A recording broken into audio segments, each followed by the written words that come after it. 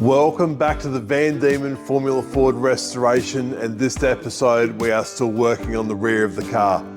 Last video we got the gearbox together, the Hewland LD200, and now we need to fit the accessories to that, the bell housings, the dry sump tanks, and get this thing ready for the engine to be fitted. Simply fitting a bell housing to a gearbox shouldn't be a big job at all. And when we get to the end of this series, and I'll tell you how many labour hours we've spent on this project and you don't believe me, well, hopefully this will give you a bit of an insight into why these sorts of restorations take so long to do. The bell housing has two little skid plates that sit under here, two bits of steel. Of course, one of them's been ripped off. Two broken bolts in the bell housing, so we have to use the ancient art of broken bolt removal to get them out. Not only that, it's actually pushed the bottom of the bell housing up that far. These bottom locating holes are no longer round. So I'm not sure if this damage has happened when this has been removed from the car, or if it's actually happened on the car and somehow pushed it out of shape. That's had to be remachined. The broken bolts have had to be removed, and we've had to fabricate a new skid plate assembly for the bottom of the bell housing. That takes hours and hours and hours, and something that shouldn't have to be done is now 8 hours, say, longer than it should have been.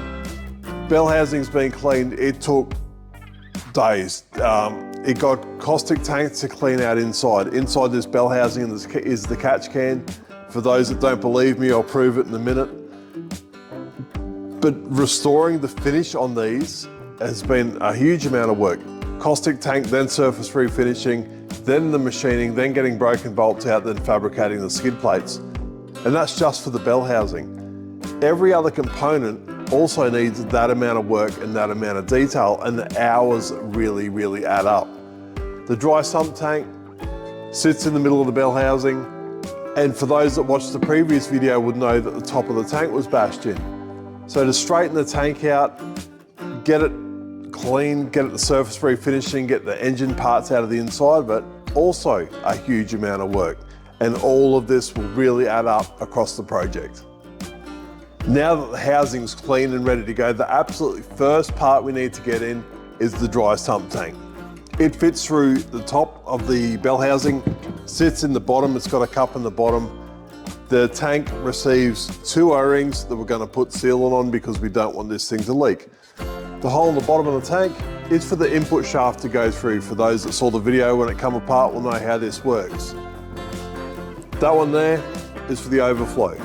It goes back into the bell housing, and then the one next to it is actually the full overflow for the bell housing. So the bell housing becomes the catch can, to the point where it's actually got a sight glass on the side of the bell housing so you know when it's full. I'm not sure what sort of engine explosion you'd have to fill this thing with oil. It would hold a massive amount and would probably leak out the front somehow.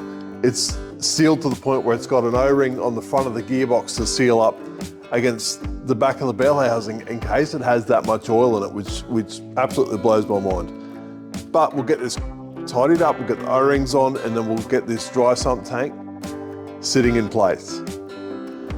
The dry sump tank has two O-ring grooves on the bottom. I'm going to put sealant on it because I really don't want this to leak. If it leaks, it's a major to come apart again. It's got to come back off the gearbox because the input shaft goes through the middle. So I'm just going to put a little bit of sealant in each groove and then push the O-rings in. I don't want that much sealant that it's going to come apart and go into the oiling system into the bottom of the tank. It is an open bottom, which makes it a little bit easier when I had to knock the dent back out of the top. But it also means that if I get too much goo on the bottom here, it can go inside the tank itself, and I don't want that to get either sucked in the suction screen or make its way all the way to the engine oil pump. So I've just got a little bit of goo in those grooves, O-rings on without making an absolute mess. First one on, second one on, and just a little bit on the outside just to help it lubricate. It is quite a sharp edge on the bottom of the housing where it goes inside the bell housing there. Just gonna put a little bit on that. Just about there.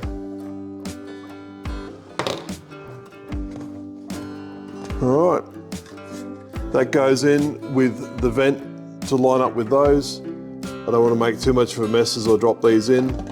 I can see it through the front of the bell housing or through the rear. It's got quite a big step in there. Line that up. The first O-ring's just dropped in, and that's the second one in.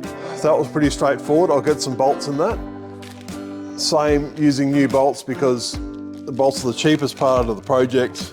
They're generally rounded or pretty secondhand when it comes apart. So for the sake of a couple of dollars, everything gets new bolts.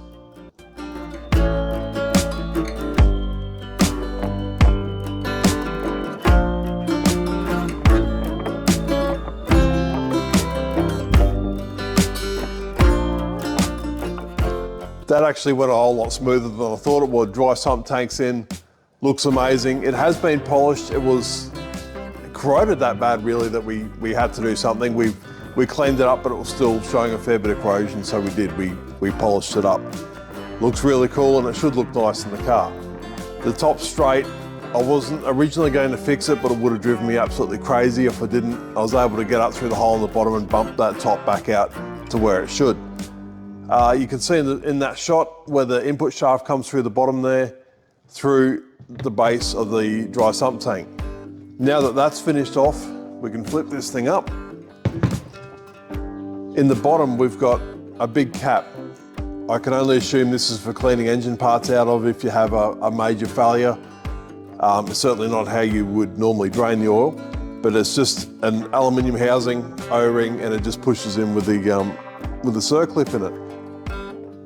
I'm going to put a little bit of sealant on this because this car will sit for extended periods, and same, I don't want it to leak. If it leaks, I will never hear the end of it from the customer. He wants this thing to be good, and if it leaves spots on his driveway, he's going to kill me.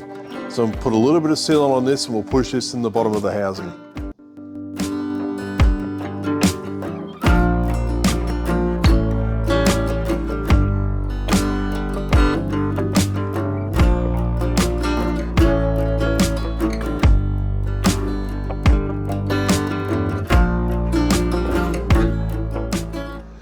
It has a really small nib on the bottom of that aluminium disc. That goes out so you can grab it with the pliers and pull it out of the car when you need to. We've spoken about the damage on the bottom of this bell housing from where the wear plates sit. You can even see the scrape marks on the bottom of that. It's almost through to the circlip groove, so it's actually copped quite a bit of action under the bottom of the car here.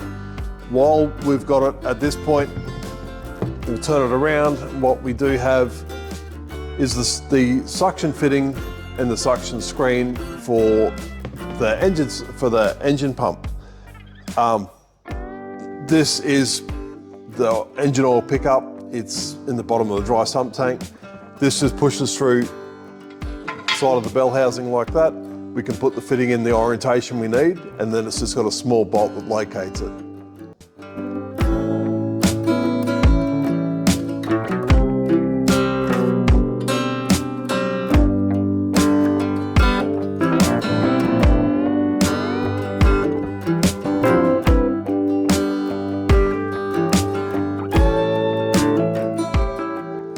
Now the dry sump tank's in, the pickup fitting's on, and that's the height of the sight glass right here. So you'd have to have, maybe the tank would break to fill the bell housing that much, or to fill the catch can that much, but that's quite a massive amount of oil. Next up, we've got the clutch throw-up bearing assembly. Mounts on the front here. We've had that thoroughly rebuilt and repaired. Anybody that saw what these look like when they come out of the car, they're absolutely terrible. Completely refurbished. I didn't even bother pulling them apart. They all needed to be sleeved, machined. A lot of the brake stuff was throwaway, but they managed to spend the time and machine it and get it all repaired. Now we've got some new banjo bolts and fittings. That can go on the front.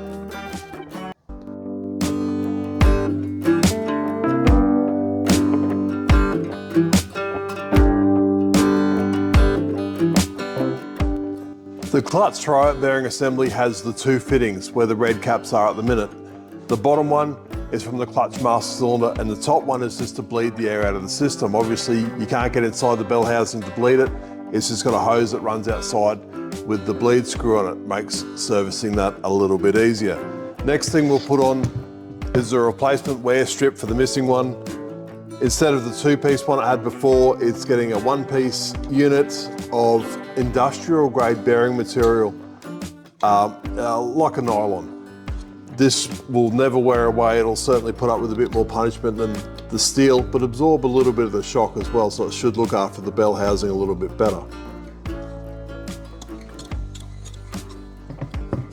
Get this bolted up and we'll put the front adapter on for the engine.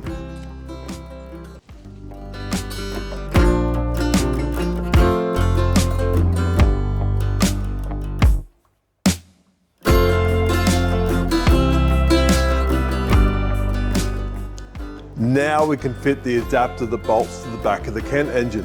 And a few of the details in this. It's got a hole up here. This hole is for the gear selector to go through.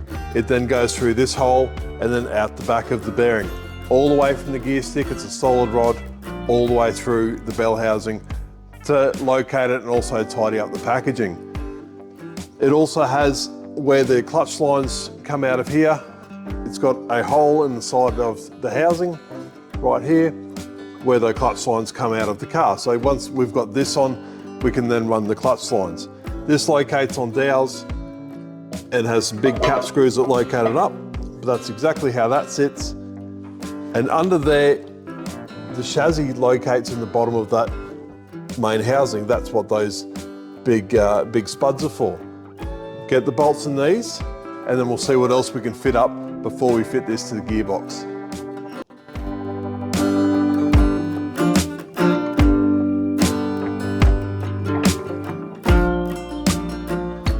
One of the other parts we can fit up before we fit this to the gearbox is these. These are the adapters for the shock absorbers. They mount to the top of the bell housing. We've had these recoated so they look nice and pretty, and these just simply screw into the top.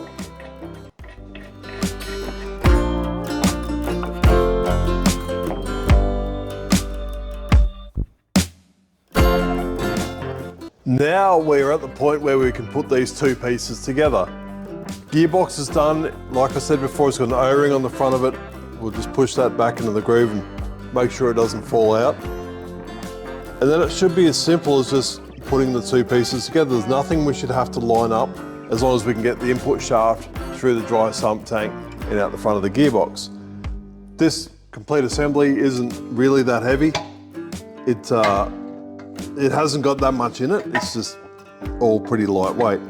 So I just line these bolts up, push them together, and that's it. We're just sitting on the dowels now.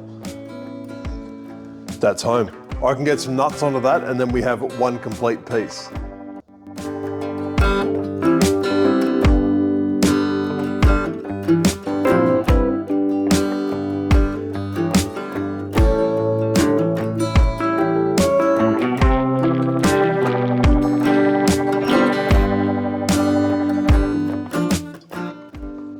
The bell cranks for the rear shocks will be the next bit we put on, and I really like this bit of engineering. It's made out of plate steel, it's folded, it's TIG welded, it's got brackets on it, it's also been modified to change the ratio of the shocks.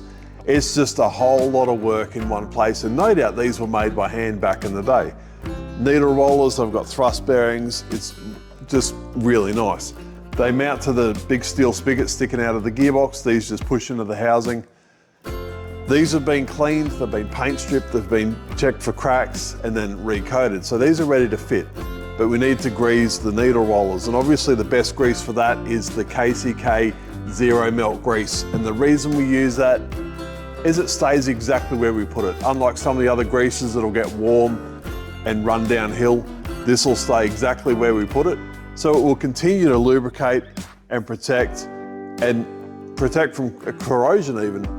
These needle rollers and thrust bearings, for as long as this car either is operated or sits in storage, it's always going to remain exactly where we want it.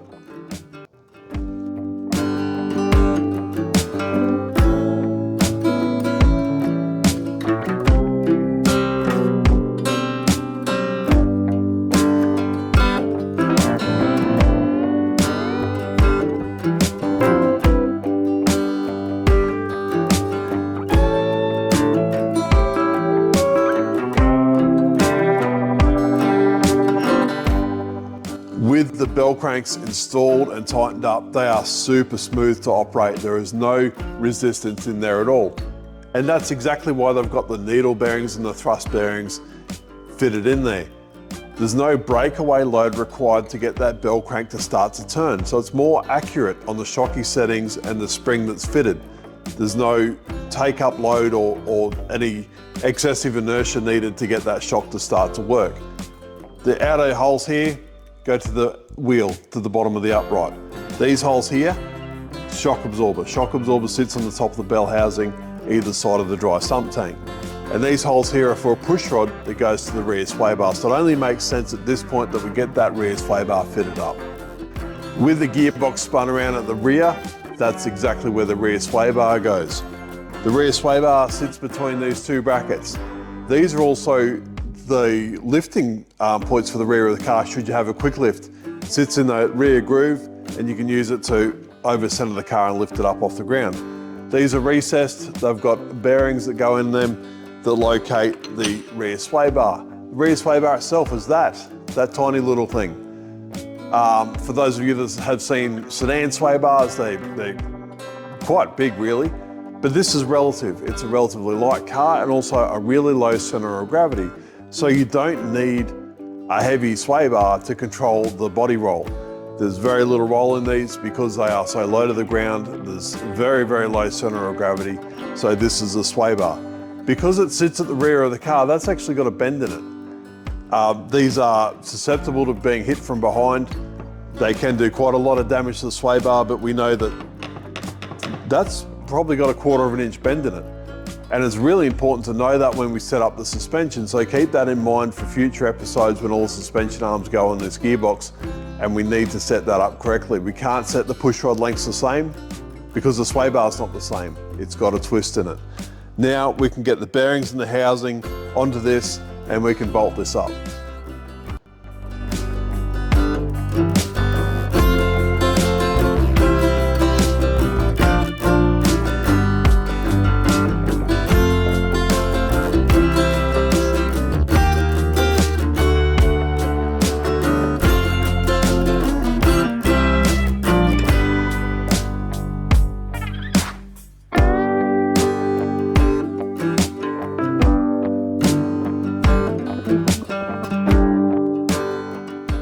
And that's exactly where the rear sway bar fits. With the mounts bolted on, the half moon cutouts to the bottom for the quick lifts. They have the push rods that go straight to the bell cranks and then transfer the load thereon. Next thing we can put on is this bridge. It's for the rear suspension pickup points. It's also got a hole in it. The gear shifter also goes through that. So the hole's on the gear shifter side, it mounts there, the gear shifter goes through that hole, then through the bell housing, then onto the gear stick. 4 big bolts to bolt this on, and then that's another piece done.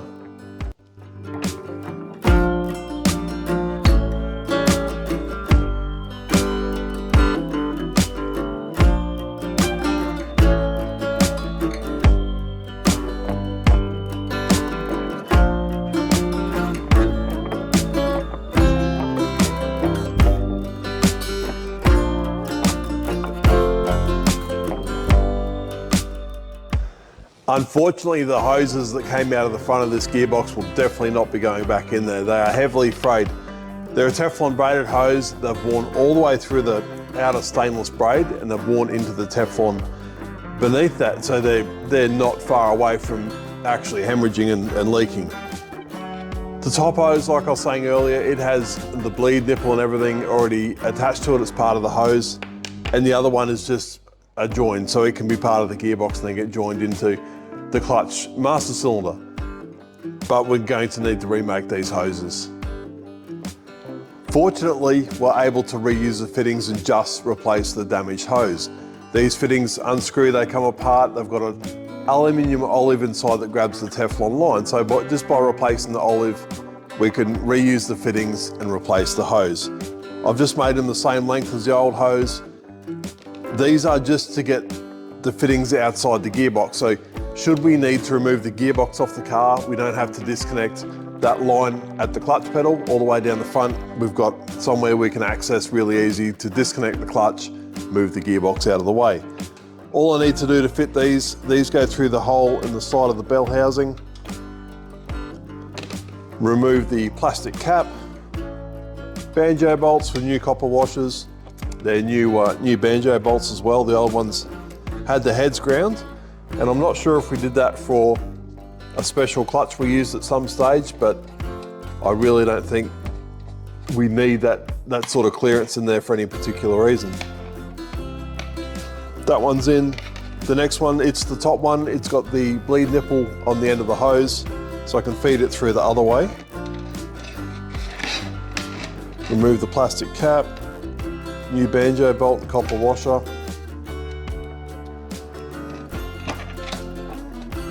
You can get that screwed in at the top there. There's also a little bracket inside the bell housing for these steel lines to tie to get them away from the clutch assembly. So we can tie them up, get them tightened up, and then that's ready to be fitted to the car. Wow, that looks a whole lot better than what we took delivery of back when we got the car. If you haven't seen it, it's worth checking out the video. It's definitely night and day for how it looks now. But this is really ready to be fitted to the car. So this is the end of this episode, and on the next episode, we're gonna have to get the car ready. The chassis come back from powder coat. It looks really, really good. We just need to tidy it up, and then we can start assembly on the main chassis, and then we can start fitting components like this to the car and getting the car to actually look like a race car, which will be quite rewarding at this point. But thanks for watching. Subscribe if you haven't subscribed, and I'll see you on the next episode.